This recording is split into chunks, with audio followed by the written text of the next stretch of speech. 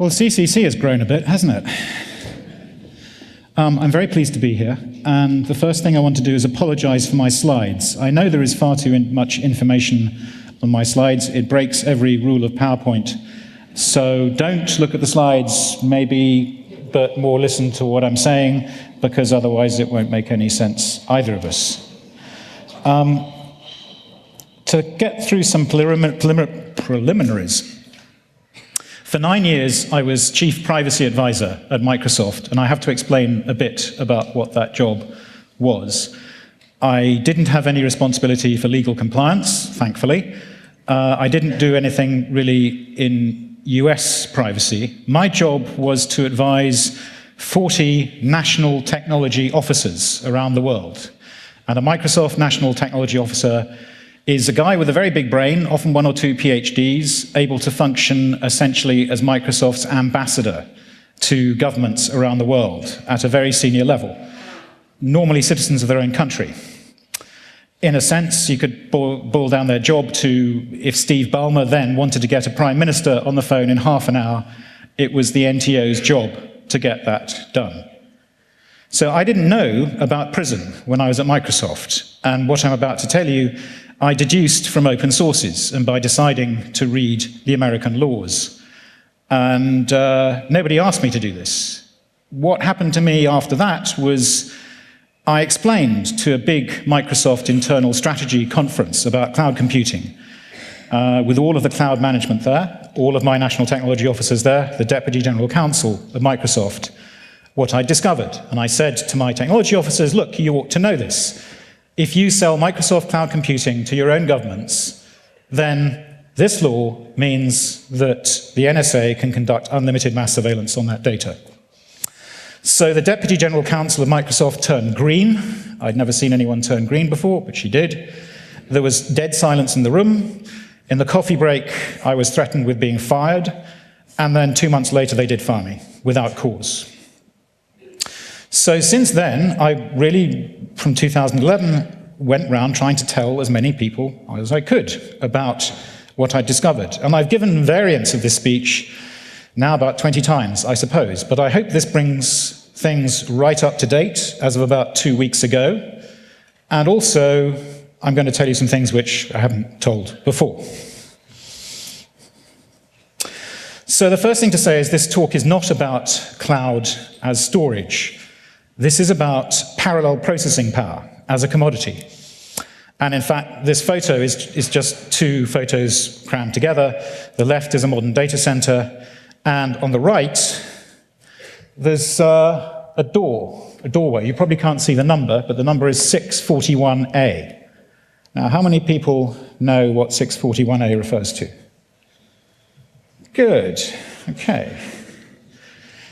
So 641A came from the story of the first warrantless wiretapping episode from about 2005 to 2007. And I don't have time to tell that story, but in fact that doorway contained a deep packet inspection box installed around about 2002 in one of the main AT&T switching centers in San Francisco. So in a sense, you could boil down my talk to how likely is it, legally or technically, that there's one of those on the right in one of those on the left.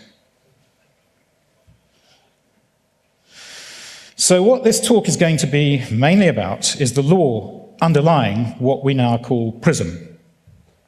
And it is the 2008 Foreign Intelligence Surveillance Act, Amendment Act, which, when it was passed, had a different numbering, which needn't bother us, called 1881A. Now everyone calls it Section 702. And what it's about is obtaining foreign intelligence information. It intentionally targets only non-Americans outside the US. When I say only, that is, of course, 95% of the world's population. It's a blanket authorization for 1 year. There's a requirement to minimize access on US persons after collection and to a certain extent before collection. And the provider of these services has to provide the government with all facilities and information to accomplish this acquisition in secret. So the first point I want to emphasize, which will make sense when we come to the next slide, is this means if you're not an American, you cannot really trust cryptographic services or in general software services provided by US companies. Because even if that software or that cryptography is sound to begin with, you're going to receive software updates. And if you're not an American outside the US, a software update could be pushed to you, targeted at you, which is going to subvert your security. If you don't comply with one of these orders, it's a contempt of the Foreign Intelligence Surveillance Court. If somebody in an American company, as Marissa Mayer said last year, if somebody in an American company were to tell, say, a Foreign Data Protection Authority, that's potentially an offense under the Espionage Act, 20 years in jail or worse. So the providers of these services have complete immunity from civil lawsuits, and all of this must be done in a manner consistent with the US Fourth Amendment. And the analysis I'm giving you now is the analysis that I was giving people a year or 18 months before Snowden, verbatim. These slides haven't been changed. So what is foreign intelligence information?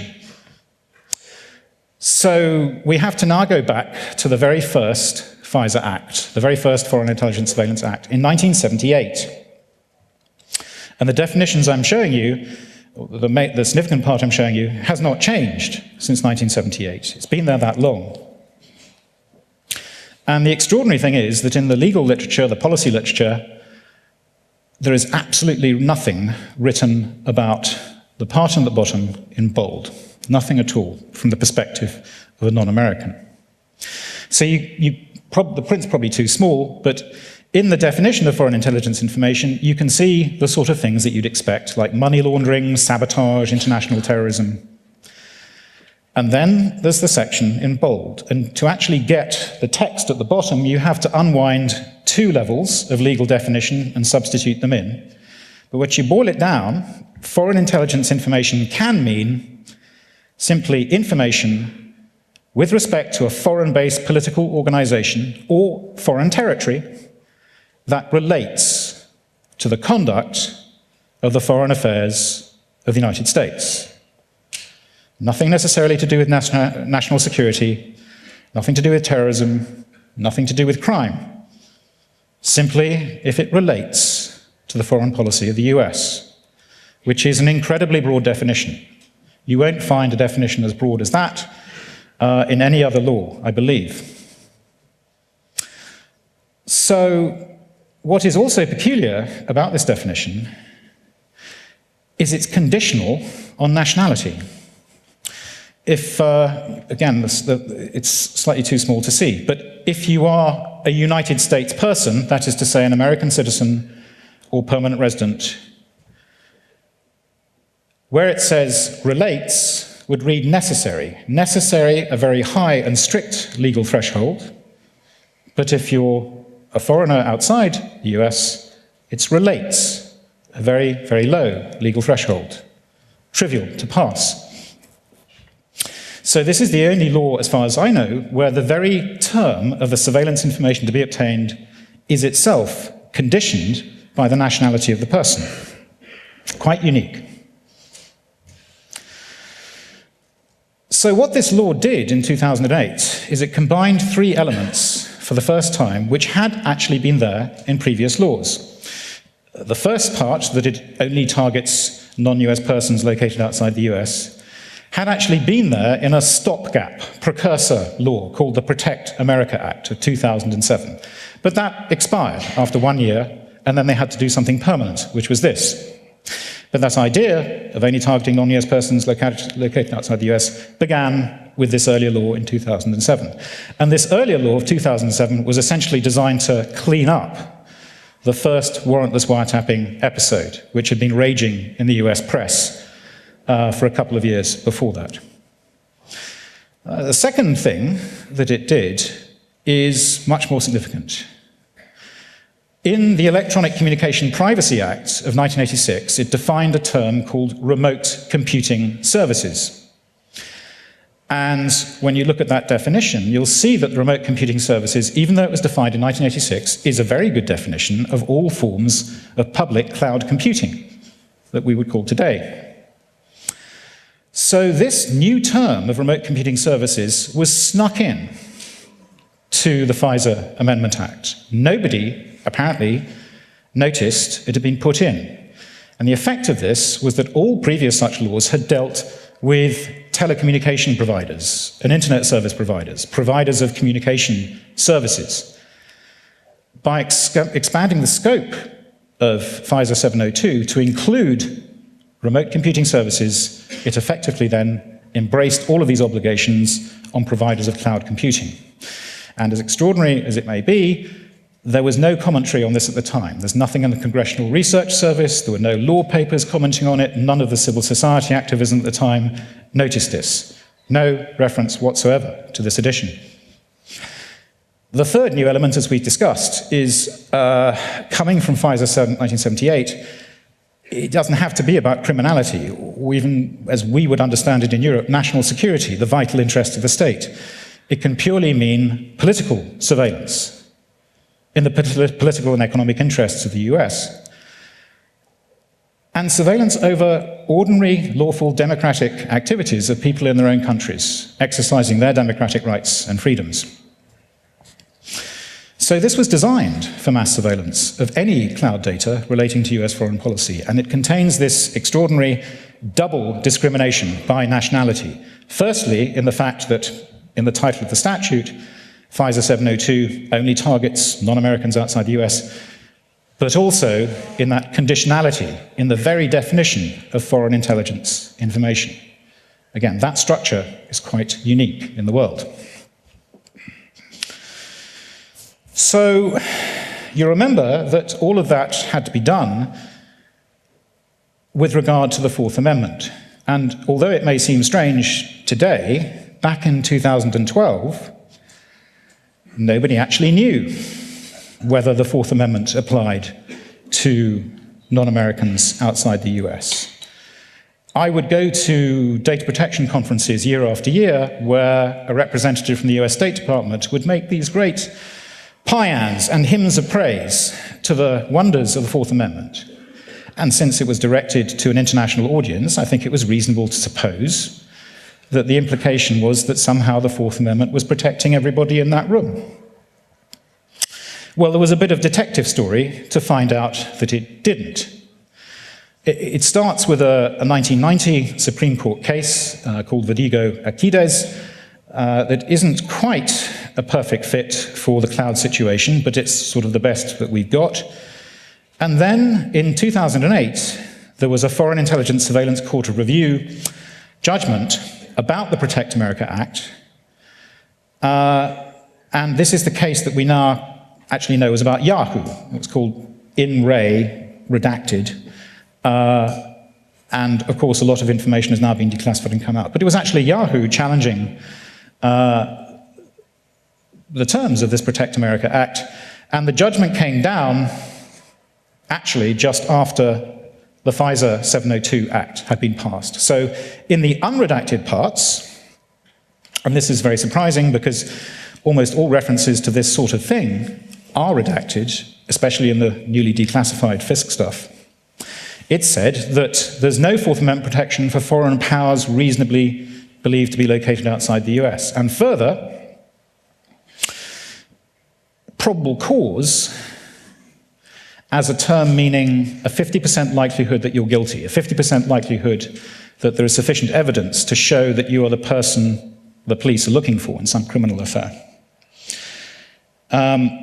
When I noticed this in 2010, and it appeared on the US Court Service website for about 6 months and then disappeared, but fortunately had been cached by the Federation of American Scientists, there was there in black and white, again in the underredacted parts, this extraordinary idea that if you're a foreigner outside the US, probable cause doesn't become probable cause of any criminality. It just becomes probable cause that you're foreign. And that's the sufficient trigger to begin surveillance. So what I'm going to show you next is a little short video clip. It's a clip primarily with Jamil Jaffer of the American Civil Liberties Union, a very fine privacy advocate at the forefront of challenging some parts of this from the point of view of Americans over the past few years. And he is talking in front of a House Judiciary Subcommittee hearing in the middle of 2012, because then FISA 702 was expiring, it needed to be renewed, and this is how the dialogue went. Let me see if you and I can agree on something. Does the Fourth Amendment apply to foreign targets in foreign lands? I don't think that's the question presented by... No, that's my question. So, no, I promise you it's the right question, because that's my question. Does it apply? I don't think it does. When you say you don't think it does? Well, in the circumstance of this statute, I don't think it does. Right, I mean, we certainly haven't made the argument that it does. Does the Fourth Amendment, I'm not talking about a statute, I'm talking about, does the Fourth Amendment apply to foreign nationals in foreign lands? It does not. Does the Second Amendment apply? I don't know the first law, but I think no. Eighth? I think it would depend on the circumstance. Women's suffrage, does that apply? No. Okay, that's my point. They don't. So we're not talking about we're not talking about surveillance of foreign nationals in foreign lands, right? Because you don't think there's a constitutional communications. That's my second point.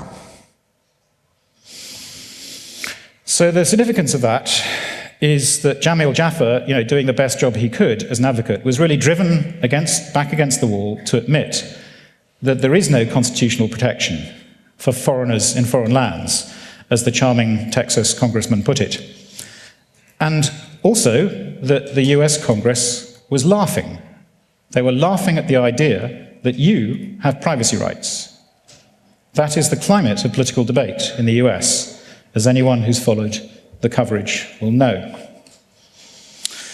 So I had a bit of luck. I was invited to join some academics writing a report commissioned by the European Parliament on fighting cybercrime and protecting privacy in the cloud. Probably the reason this report was commissioned was to sort of increase the sort of cyber drumbeat of we must have more intensive surveillance laws. But I explained all this to my academic colleagues, and they thought it was so important they let me write the middle section of the report about all of this, pretty much the analysis I've shown you and some more. And this was published in October 2012. The date's wrong there, actually. That should say January 2013. And then, of course, nothing happened. Nobody reads these European Parliament reports. It just sort of sat there on the website for 2 or 3 months. And I was actually then watching the renewal of the FISA legislation. When did they decide to do that, Congress? Well, between Christmas and New Year, obviously. So I was watching it on C-SPAN, and I just got fed up. So I started calling up all the journalists that I remembered from my old civil society days. Not much luck. Offered the story to The Guardian, no interest. To other British newspapers, to The Washington Post, The New York Times, no interest. And then Ryan Gallagher, who of course is now working on The Intercept with Glenn Greenwald, wrote a very tight 800-word summary, which then created a little bit of interest in the blogosphere, about 1,500 tweets in a week. And then, at least from Europe, the general reaction was, how can this possibly be possible? What on earth do we have data protection law for if this is going on? The US blog reaction was much less, but typically, oh, those Europeans are kind of upset that we can spy on them. Who's going to stop us? And that was from a self-described American civil libertarian. So how did all this happen? How is it the case that thousands of European policymakers and data protection officials all over Europe apparently didn't understand this was happening?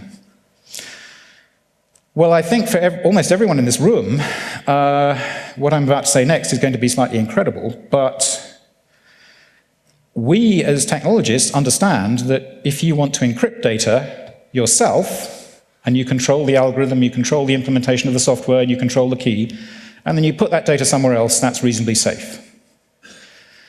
But if you want to compute with that data, The meaning of cloud computing, you want to do useful work with that data in somebody else's data center, thousands of miles away. Well, there is no technical way to protect that.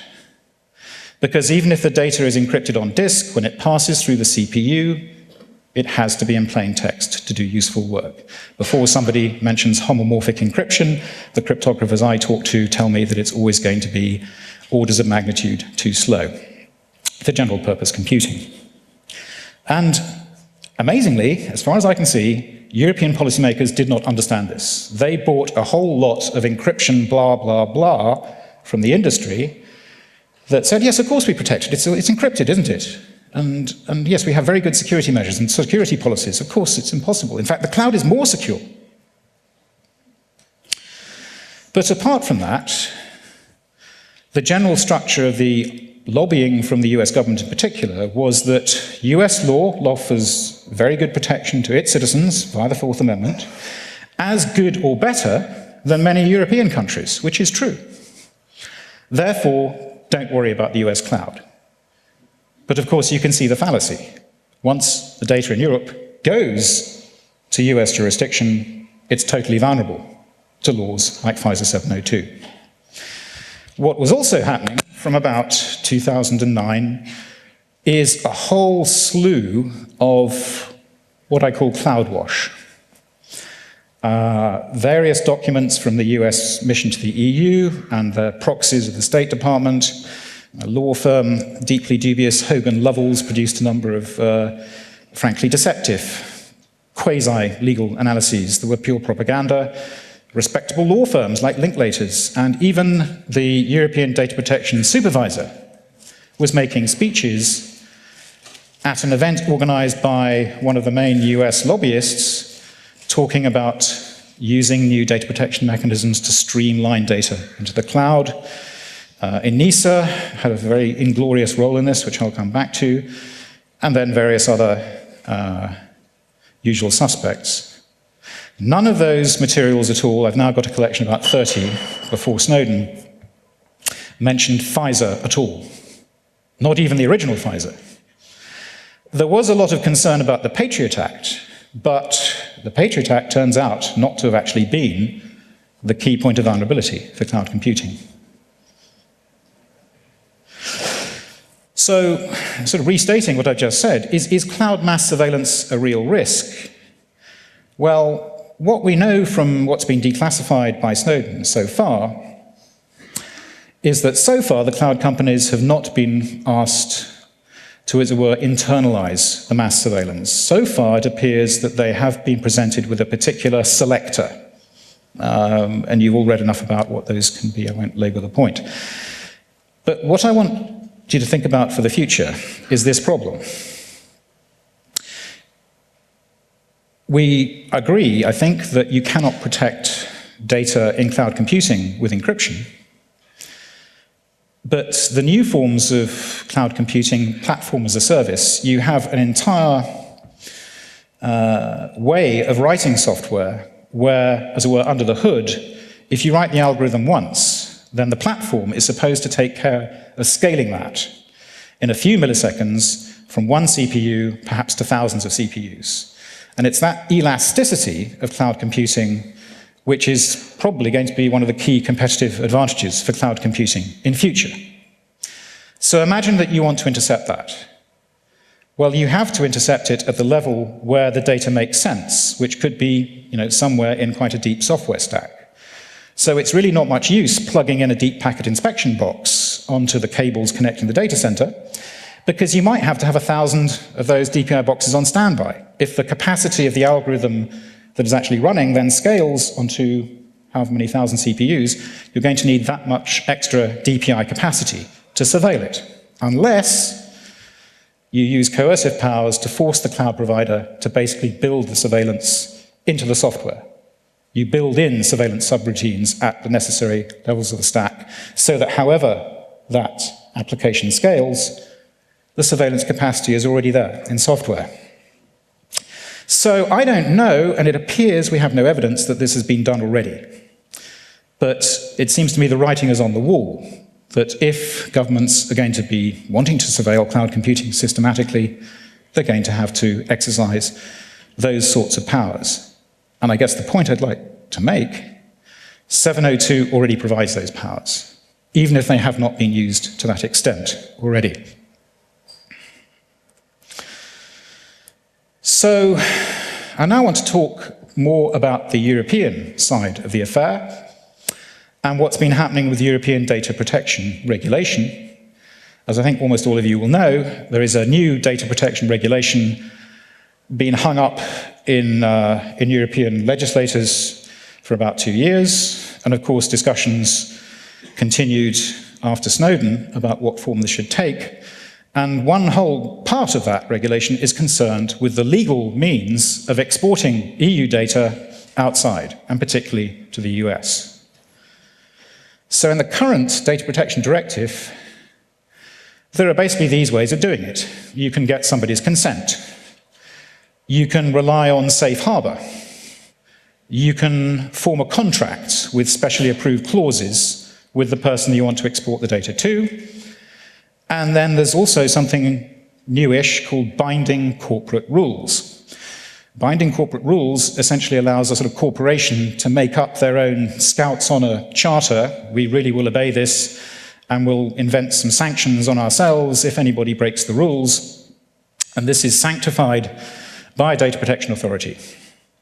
And these were invented, actually, for fairly reasonable purposes. If a global corporation wanted to do all their human resources processing in one center, and therefore collect data from all around the world to do that, this was sort of the template idea behind a BCR. But then, I think very dangerously,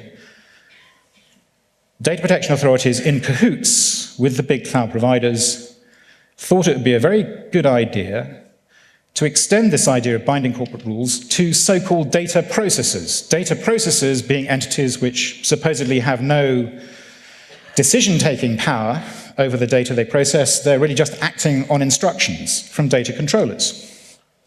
So somebody, and I've got a shrewd idea who it is, had the brilliant idea, well, let's adapt this old-fashioned BCR idea, for fairly tame purposes, to cloud computing. And then we've got a template which can basically be the primary vehicle for legitimating cloud computing in European terms. So the rough idea is Microsoft, Google, whoever gets their BCRs certified. Once they are certified in the new regulation, the Data Protection Authority must accept them. They wouldn't have any discretion as they do today. And then data can be transferred into particularly US-controlled clouds. And then all questions of mass surveillance just disappear into what I call a puff of audit. Because Article 29 Working Party, the Committee of European Data Protection Authorities, were so naive that they imagined that somehow a private security auditor, if they were inspecting a data center and they noticed room 641A, and they said, oh, what's behind there? Can I have a look in there? And they'd be told, no, of course you can't. In fact, it's classified information that you even noticed that. If you tell anyone about that, you'll go to jail for espionage. Well, data protection authorities were so naive that they thought somehow a private security audit could detect these risks of foreign mass surveillance. So this diagram is supposed to show the sort of risk matrix of EU data sovereignty. And on the left, you've got 3 kinds of information. Criminal law enforcement, which probably should include most terrorism cases. Sort of bona fide national security, which in European terms we think of as being the vital interests of the state. And then essentially foreign policy and political spying for national advantage. And then in terms of the columns, you have intra-EU transfers and then EU data in the US. So the red zone is not covered by the Fourth Amendment. It's not covered by EU data protection. It's not covered by Council of Europe Convention 108. It's certainly not covered by the Cybercrime Treaty. And of course, it's not covered by the European Convention of Human Rights because the US doesn't recognize that. So all of this data for 15 or so years has been completely unprotected. Well, the story moves on. I'm going to have to accelerate a bit. In January, President Obama made a flagship speech to try and address these concerns. And of course, he's in an impossible position because on the one hand, he has to assure the American people that FISA 702 in particular, is no threat to Americans because it's designed to spy on foreigners. But then at the same time, he has to find some way of reassuring the rest of the world. So what he came up with was a very well-written, very well-crafted speech, but the meat beneath the speech was a new Presidential Policy Directive, PPD 28. And basically there's a real gotcha of a footnote.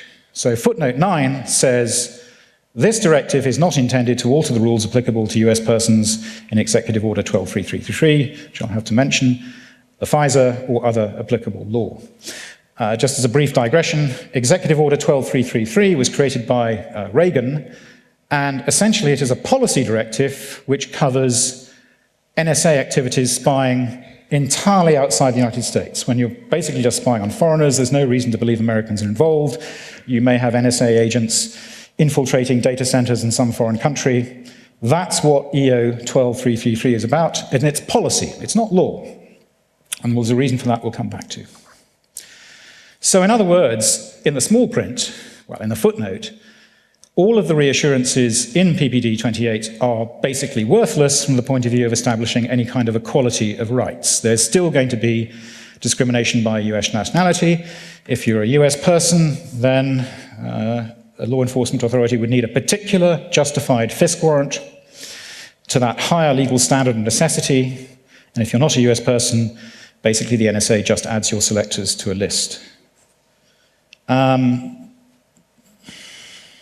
Then we had a report from the so-called Privacy and Civil Liberties Oversight Board, which essentially has no mandate to look out for the interests of non-Americans at all. Their analysis of the situation of non-Americans occupied 5 pages out of 196, and frankly, I think it's misleading, tautologous, credulous junk. And there has been a vast amount of FISC declassification since, not all of which I've analysed, but basically there is this tendency that a lot of the stuff that is redacted, you can tell from the context, the stuff that's redacted is about the situation of non-Americans. So who did I warn, exactly? Actually, I first got an opportunity to try and get some interest from the Open Society Foundation way back in January 11th. And I explained to that committee, not to Soros in person, what the score was. Made quite an impact on them, but they didn't do anything. They said they only fund existing NGOs, and they've done nothing. In fact, Soros has done nothing about surveillance issues in Western Europe in the entire time Open Society Foundation has been operating. If anybody doubts that, I asked Soros that in person in March at a conference I attended, and he didn't deny it. I also warned Privacy International in June. They said they had no resources, and I tried again in October, and still no interest from Privacy International. And that pains me particularly, since I've known the guys in Privacy International and worked with them for 15 years, and I'm genuinely baffled by what's happened to Privacy International recently. I also, in September, when I'd actually left Microsoft, warned EDRI and DG Justice at cabinet level, the Polish Data Protection Authority, who did nothing, and basically put one footnote of my slide deck I'd showed him in an academic article he wrote. He, of course, has now become the Deputy European Data Protection Supervisor. The Greens were very helpful, and I have nothing but praise for particularly Ralph Bendrath and Jan Albrecht, and they are straight shooters, and I'm very grateful for the help they've given me. In September 2012, I had an opportunity to make a speech at the European Academy of Law, where Peter Hustings was there, his deputy, now EDPS, Giovanni Buttarelli, representatives from the EU Council, the person in charge of the international transfer section from the CNIL, and therefore de facto Article 29, and I basically explained all of this in 54 slides with a great deal more legal analysis. Again, stunned silence, but total inaction.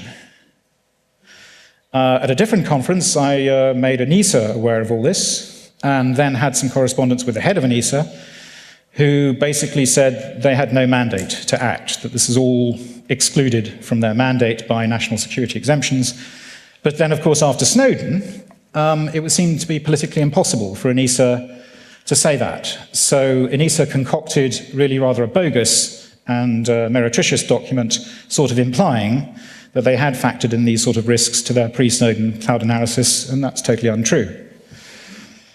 I had an opportunity to make a speech to the European Parliament's Interparliamentary Forum for Civil Liberties in October 2012. Again, stunned silence. The Portuguese DPA put up their hand and said, "Can we have some details, please?" And then I tried to get in contact with the Portuguese DPA. No response. And then in February 13, that was when I made the presentation of the European Parliament report that I mentioned before in September. And that did make an impact. And immediately afterwards, the LIBE committee asked me to draft some amendments for the new data protection regulation, but I'm afraid they were mostly ignored or diluted. And then just before Snowden in May, DG Connect, in charge of cloud policy, I'd been beating them up as well, they finally organized a forum at the offices of Digital Europe. Digital Europe are essentially the trade association for electronics, IT and software companies, largely dominated by US and UK companies. And basically DG Connect said, well, Casper, we're not going to do anything about this, but look, if you can convince those hard-nosed bastards at Digital Europe, then we'll take you seriously.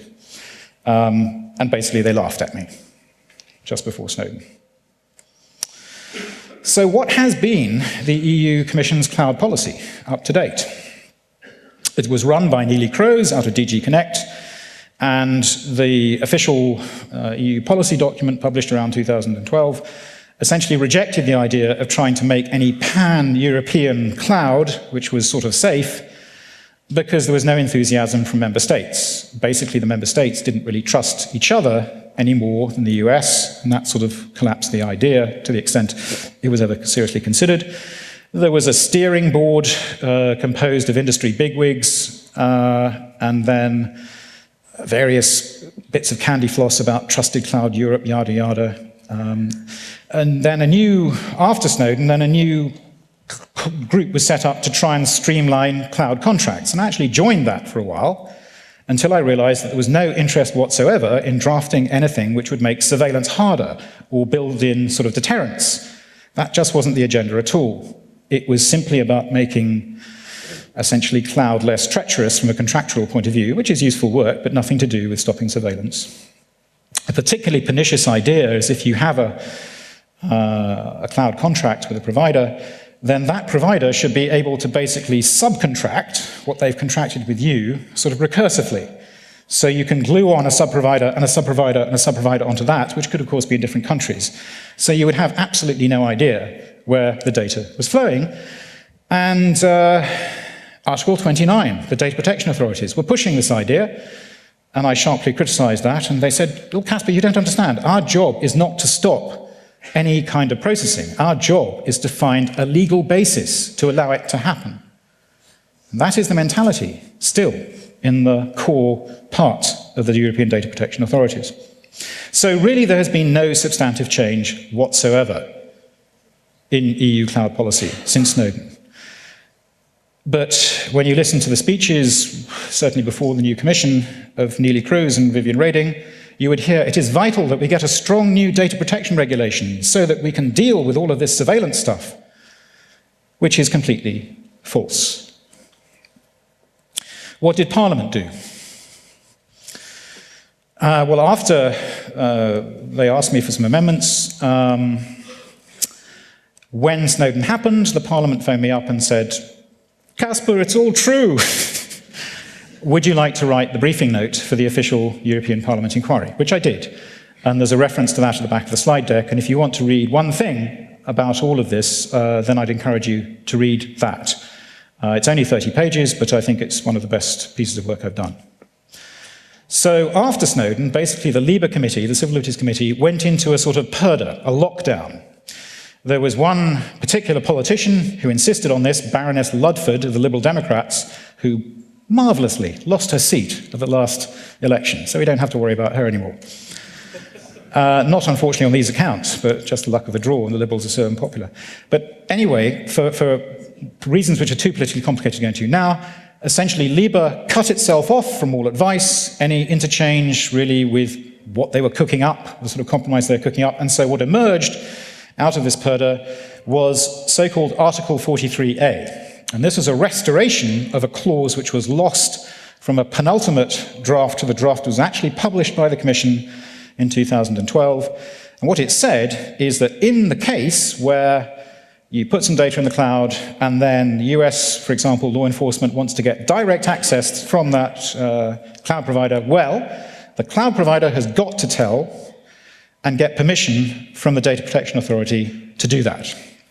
So it sets up a deliberate conflict of law, because you remember, if somebody had done that in respect to the FISA law, they would have been in contempt of the FIS court and possibly endangering themselves under the Espionage Act. So that's putting the companies in a terrible, terrible squeeze, except, well, think about it. On the one hand, you've got contempt of the FIS court, very, very powerful court in the US, and potentially espionage charges. On the other hand, you've got fines and a very long, dubious process of enforcement by very ponderous European data protection authorities. The fines might get quite big, but then again, they might not. So which are you going to choose? So it's not a credible deterrent. And that was a key part of the advice and amendments that I drafted for the Parliament. But they wouldn't go for it. One good thing the Parliament did do is they removed these BCRs for processors, but it's likely the Commission and the Council and Article 29, because it's their sort of baby, will want them put back. Well, this is a bit outside the scope of the talk, but I want to say that there's a lot wrong, apart from this, with the new data protection regulation. I've reluctantly come to the view, from having thought, and it was motherhood and apple pie, that this is going to be a curse on personal freedom. This is going to be an irreversible bureaucratization of everyday life. I probably will skip going through all the things which are wrong here, except just maybe the penultimate point. In the new regulation, which is going on 4 times as much text as the original directive, there are 450 references to this term of art, processing. Processing can mean computing with data or storing with data. But as we now know, but they didn't know in 1981 when somebody had the bright idea to munge these two ideas together, we now know that you can protect stored data with encryption, but you can't protect computed data with encryption. So this entire regulation is built on conceptual sand. Each of these 450 references is inherently ambiguous because it is conflating two completely incommensurable information security situations. One of which is tractable with technology, and the other which is not.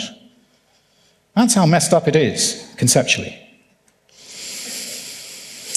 So to come right up to date, Article 29 Working Party came out just this month with their opinion, 51-page opinion on the whole surveillance thing, expanding from a shorter opinion they published last year. It's a very muddy piece of work.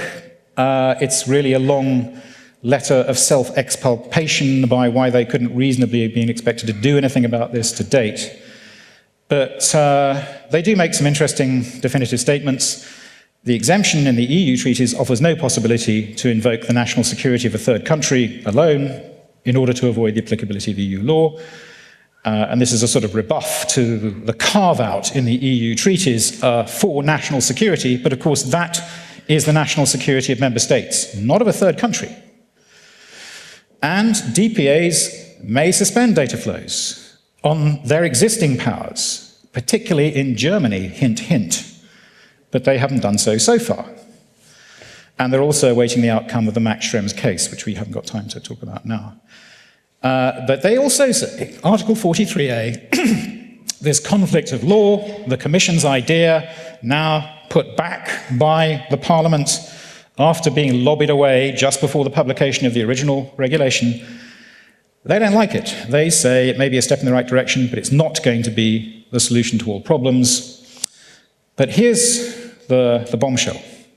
Right at the bottom, and it's not obvious, they say that if there is any such Article 43A, they don't want the job.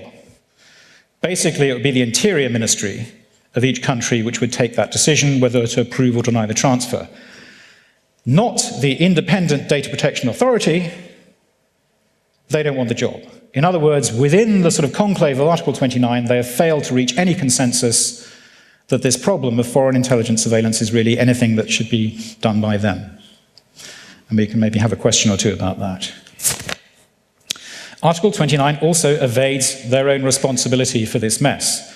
Back in 2005, in one of their working party documents dealing with all of this, they said that one of the reasons they were inventing these BCR and contract structures was so that transfers they called repeated, mass or structural, which was their sort of code for this sort of thing, precisely because of its importance, should somehow be carried out within these legal frameworks they were inventing.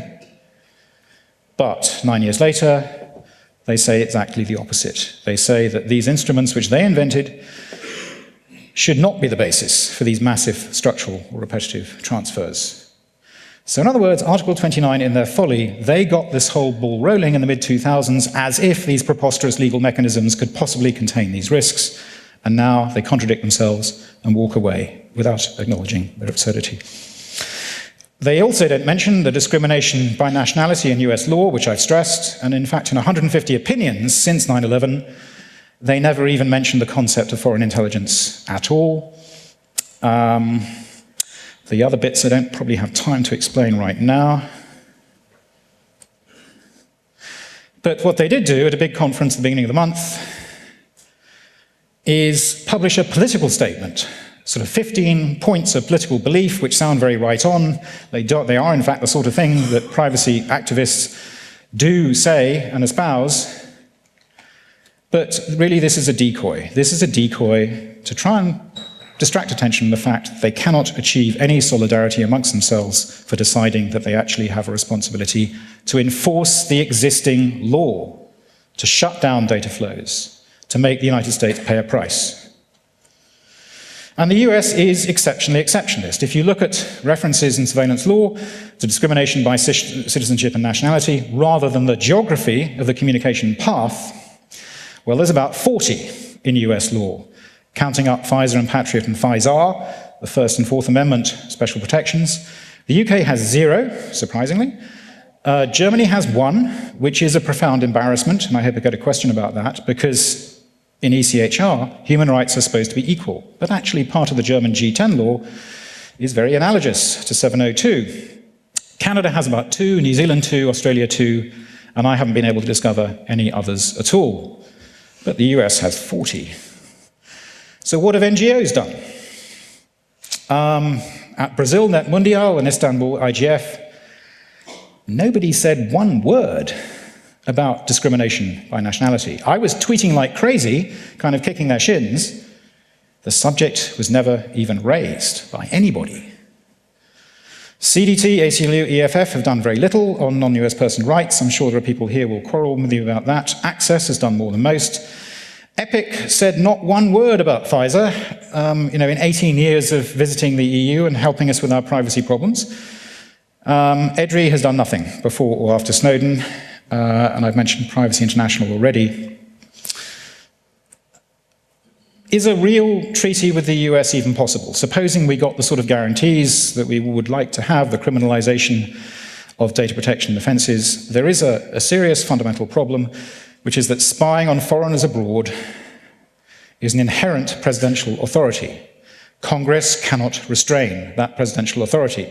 So in other words, if Obama today makes a promise and says we've changed policy, we're going to rewrite EO 12333 much more strongly than PPD 28, you can't trust that, because a future president or the same president could tomorrow in secret renounce that policy and just go back to business as usual. So it's not even clear that a legally binding treaty is possible, unless you change the US Constitution. And generally what I've been recommending for a couple of years now is a three-pronged strategy for EU response. Firstly, you work out essentially which data flows are more valuable to the US than they are to Europe, and you begin shutting them down, as in a trade war. Secondly, you need a long-term EU industrial policy to develop software and cloud services. And I think also, critically, that should include a secure operating system for individuals, or much more secure operating system for individuals. You might have seen on the beginning of the slides that I'm now a policy advisor to the CUBES OS project. And I do think if you haven't heard of CUBES and you're worried about your security of your own laptop, you should check it out. That's all I'll say. And thirdly, we need whistleblower protection, because it's only through Edward Snowden's courage that we know, at least, that anyone is taking this seriously now. And we don't know that the next whistleblower is going to be as altruistic as Snowden. So we need to actually give them watertight asylum and probably some incentives, probably some rewards. I actually proposed to the Parliament that the whistleblower should get 25% of any fines subsequently exacted on a controller. Now that sounds an enormous amount.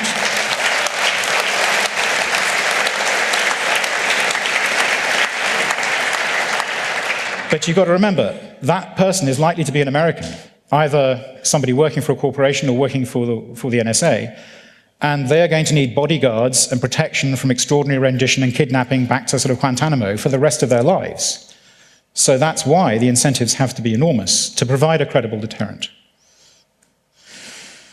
So the way that I've tried to sort of summarize the political situation now is welcome to the meta panopticon. It is unfortunately true that most people don't think they have anything to hide from their government. But people vote for politicians, and they have to have trust in public officials. They have to trust that public officials are acting impartially in their national interest and in their collective interest. So how now are people going to know that that is the case? Because any politician or official in Europe now knows that the NSA and probably GCHQ knows every detail of their private life, every indiscretion, everything, rash emails sent via Gmail, any phone call implication deducible through traffic analysis. Well, anyone with half a brain cell in position of power in the EU now knows their private life is up for grabs. Their career could be ruined with one tabloid news story, or their promotion ruined if they show perhaps too much anti-American bias, and that comes to the attention of the US, and they sort of arrange for the other guy to get promoted. Well, how do we know that's not going to happen? Because even if it doesn't happen, we might reasonably suspect that that may happen.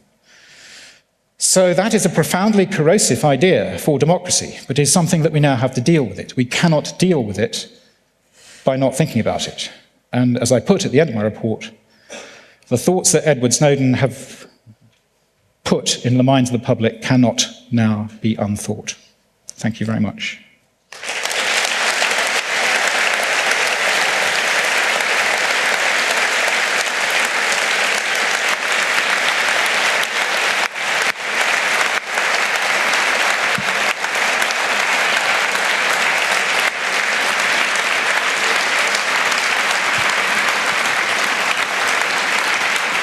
We have about 10 minutes for Q&A.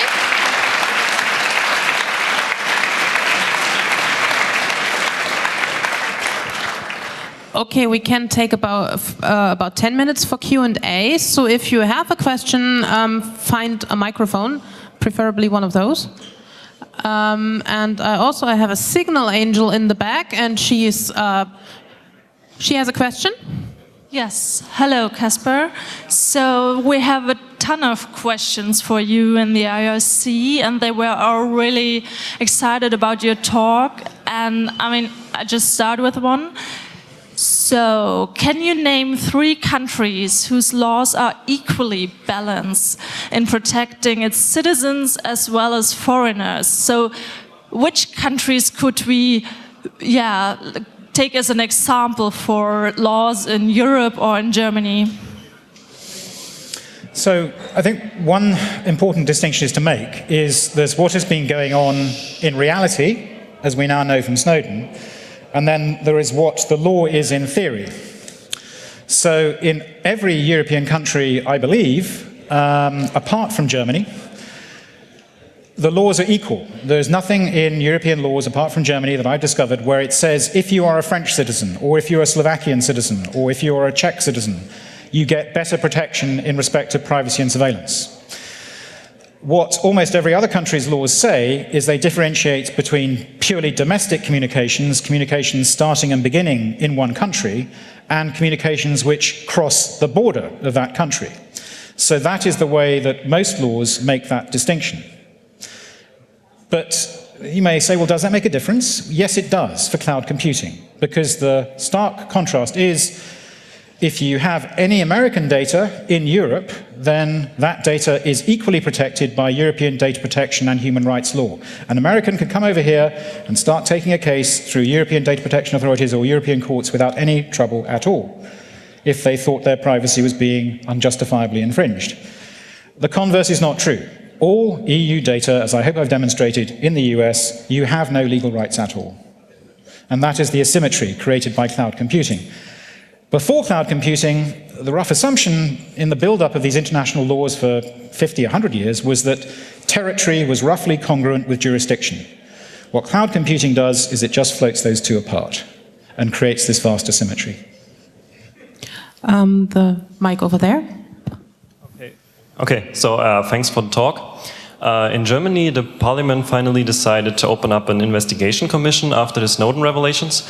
And so they got witnesses from the German intelligence services, but not much came out because all the details are classified, which would hold as proof, and the government also protects them. And it appears that somehow the intelligence services operate in some sort of room that is independent of the law. Now, you pointed out how in the US they would be, or what they could do within the boundaries of the law. Now, my question is, do they even care? Or more formally put, how likely would you think that the US agencies would feel bound by the US laws at all? So I think that they do feel bound by the US laws. There was a great John Oliver, The Daily Show quip, which is the amazing thing, Mr. President, is not, nobody's saying that you broke the law, the amazing thing is that you didn't have to. And I do think that when you read, the texture of what NSA lawyers have said and the texture of the PCLOB reports and so forth, they are, in a sense, legal overload. We're now getting kind of bombed with thousands and thousands of pages of American legalese. But the trouble is, none of it has any relevance for us. It is all about, because that is the only rights which exist, it is all about protecting the rights of Americans. And there simply are no rights defined for anybody else. Thank you. The microphone over there, please.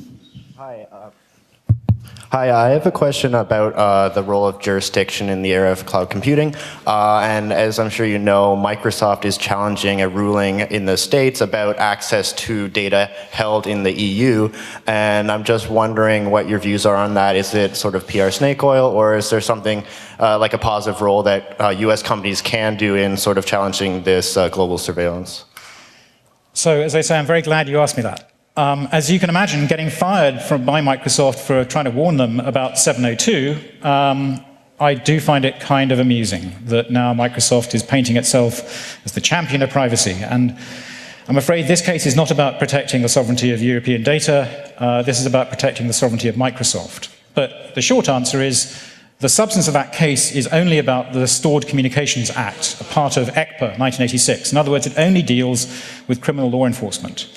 So even if Microsoft won that case, and I actually hope they won't, because then that'll kind of shore up this rotten system that we have today. But even if they won that case, it would do nothing to prevent surveillance under EO 12333 or FISA. It's completely orthogonal to that. We'll take another question from the internet. So, hello? Okay. So 2 questions in the same direction.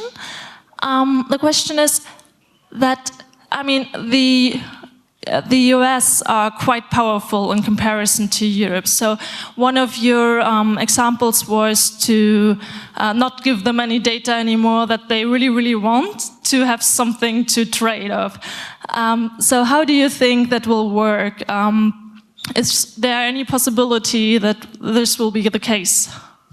So when I first started recommending this policy a couple of years ago, basically everyone said it was crazy. And they said there is no capacity for this in Europe. We don't have enough software houses. We don't have enough people who could build and invest in data centers. It's completely crazy. But what I heard from the Commission just 2 weeks ago is that what they're hearing now is actually European providers, particularly telcos, are queuing up to now provide European-based data centers. And of course, another consequence of what I've said is people should now be using open source software for security. Because this problem of actually pushing software updates, and through a software update, any security infrastructure you've got being able to be toast because you just don't know what's in the update. Of course, open source is no panacea, but tools like static analysis for getting the bugs out of open source are much more effective than when we last had this debate 12, 13 years ago. So from all points of view, there is just a massive advantage now in everybody, particularly governments, switching to open source cloud computing indigenously hosted in the EU. If you do that, of course, the NSA can still try and break in. But if the NSA is trying to break in, you can at least defend by conventional means. And you're in essentially a totally different situation than if you've handed all of that data over on a plate for the inspection of 702. Okay, I think we've got time for 2 more questions. Hi, thanks for the speech. Your claim is that Article 43 does not work because of the asymmetrical nature of the crime and punishment. The punishment for spying is 20 years in prison, etc., but it does not apply to European citizens operating in Europe. So, could Article 43 not be shored up by saying anyone who provides cloud services in Europe has to have a non-American citizen working in the role of getting the information about the back and forth that's required by Article 43? And then the asymmetricity does not exist anymore, if that's a word. So it's a nice idea, but there's a couple of problems. I mean, one is that it's by no means clear that the Espionage Act can only be used against American citizens. Ask Julian Assange. And the second point is that the scope of American law extends not just to US-based companies, but to any company that does business with the US. So theoretically, a 702 order could be put onto Deutsche Telekom or France Telecom or whoever. But from my experience working in a very big corporation, and now having, my judgment is the US would not serve a 702 on a European company because the whole purpose would be secrecy. And I think that, maybe naive, but a European corporation staffed with European lawyers, they would not put up with that.